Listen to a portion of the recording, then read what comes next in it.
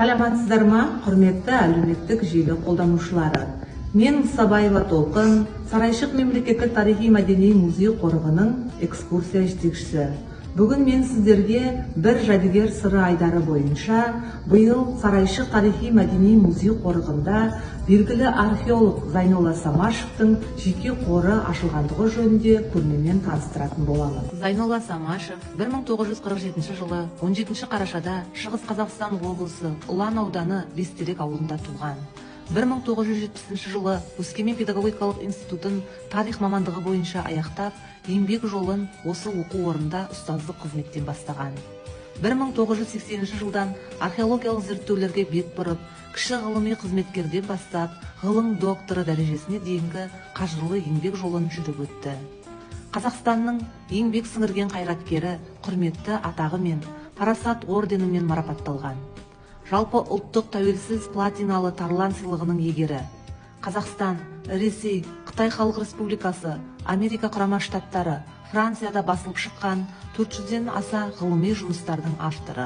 Шықтың Еуразиялық коммуникацияның түйіскен торабында орналасқан, қолайлығы көрші мемлекеттермен стратегиялық маңызды әскери саяси, сауда-экономикалық және басқа да мүдделердің тоғысындағы айрықша мекен болғанын дәлелдеді.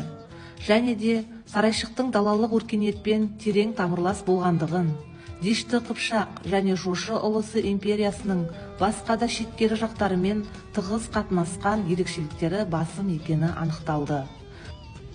Зайнолла Самашев жетекшілік еткен Батыс Қазақстан археологиялық экспедициясының көрнекті жұмыстарының бірі ретінде Алтын Ордалық Сарайшық қаласының зерттеуі деп сеніммен айтуға болады. Сондықтан қазбадан табылған материалдар Қазақстанның орта ғасырлық тарихына байланысты маңызды мәселелерді шешуге айтарлықтай септігін тигізді. Өткен ғасырдың 80-ші жылдарынан бастап Қазақстанның батысында кешенді зерттеулер ұйымдастырып, энолиттік Тоқсанбай қонысынан бастап Сарматтық Бәйте, Қызыл Үйік, Тас Астау және орта ғасырлық Астана, Сарайшық қаласын және тағы да басқа зерттеулердің басында да Зайнолла Самашев есімі тұрды.